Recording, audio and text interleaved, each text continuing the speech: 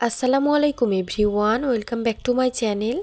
আজকে আমি আপনাদের সঙ্গে শেয়ার করব ভীষণ মজার একটি রেসিপি, সিমের বিচি এবং আলু দিয়ে মুরগির মাংসের রেসিপি।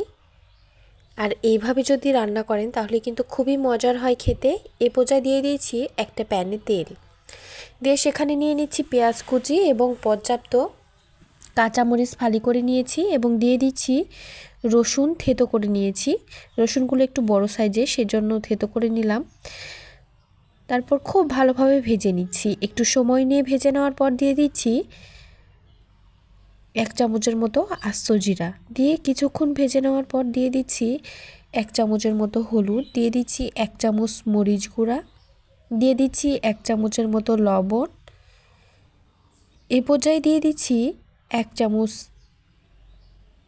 গরম মশলার গুঁড়া এবং দিয়ে দিচ্ছি 1 চামচ জিরার গুঁড়া, দিয়ে দিচ্ছি 1 চামচ আদা বাটা, দিয়ে খুব ভালোভাবে নেড়েচেড়ে একটু সময় কষিয়ে নিচ্ছি।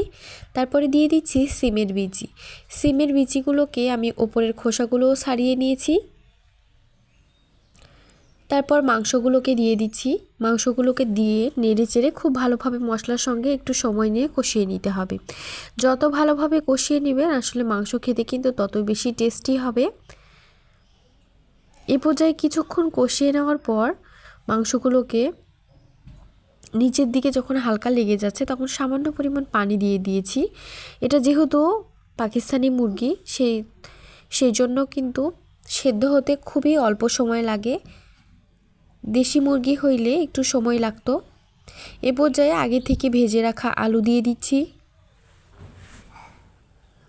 এগুলো দেশি আলু, সেগুলোকে আমি খুব ভালোভাবে ভেজে নিয়েছি লবণ এবং হলুদ দিয়ে। তারপরে দিয়ে দিচ্ছি, আসলে মুরগির মাংস কষানোর সময় যদি দিয়ে দেন তাহলে কিন্তু আলুগুলো দিয়ে দিলে আসলে আলুর টেস্টটা অন্যরকম হয়ে যায় আর খেতে অনেক বেশি মজার হয়, সেজন্য আমি আগেই আলু দিয়ে দিয়েছি। এ পর্যায়ে কিছুক্ষণ রান্না করে নেওয়ার পর ঢাকনা দিয়ে ঢেকে রান্না করে নিয়েছি। তারপর একটু পরপর নেড়েচেড়ে দিয়েছি।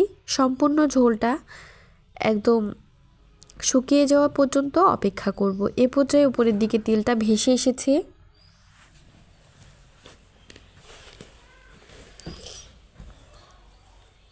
একটু নেড়েচেড়ে কষিয়ে নিচ্ছি মাংসগুলোকে। আর এখনও যারা আমার রেসিপি দেখছেন লাইক দেননি, প্লিজ একটা লাইক দিয়ে দিবেন, কারণ আপনার একটা লাইক আমার শেয়ারের কাজ করবে। আর অবশ্যই কমেন্ট করে জানাবেন সিমের বিচি এবং আলু দিয়ে মুরগির মাংসের এই রান্নাটা কেমন হয়েছে। এই পর্যায়ে কিছুক্ষণ কষিয়ে নেওয়ার পর আমি কিন্তু পানি দিয়ে দিব আরও সামান্য পরিমাণ, দিয়ে আরেকটু সময় কষিয়ে নিব। এখানে কিন্তু সেদ্ধ হওয়ার জন্য বেশি পানির প্রয়োজন হয় না, কষিয়ে নেওয়ার জন্য শুধু পানি দিয়ে দিচ্ছি। এভাবে স্টেপ বাই স্টেপ যদি কষিয়ে নিয়ে রান্না করেন তাহলে কিন্তু মুরগির স্বাদ একদম অন্যরকম হবে আর খেতে অনেক বেশি মজার হবে। এ পর্যায়ে কিছুক্ষণ পানি দিয়ে কষিয়ে নেওয়ার পর খুব ভালোভাবে আবার একটু ভেজে নিচ্ছি আর কি। পানিটা সম্পূর্ণ শুকিয়ে যাওয়ার পর দিয়ে দিচ্ছি গরম পানি। ফাইনালি এবার কিন্তু আমার রান্নাটা কিন্তু প্রায় হয়ে গেছে।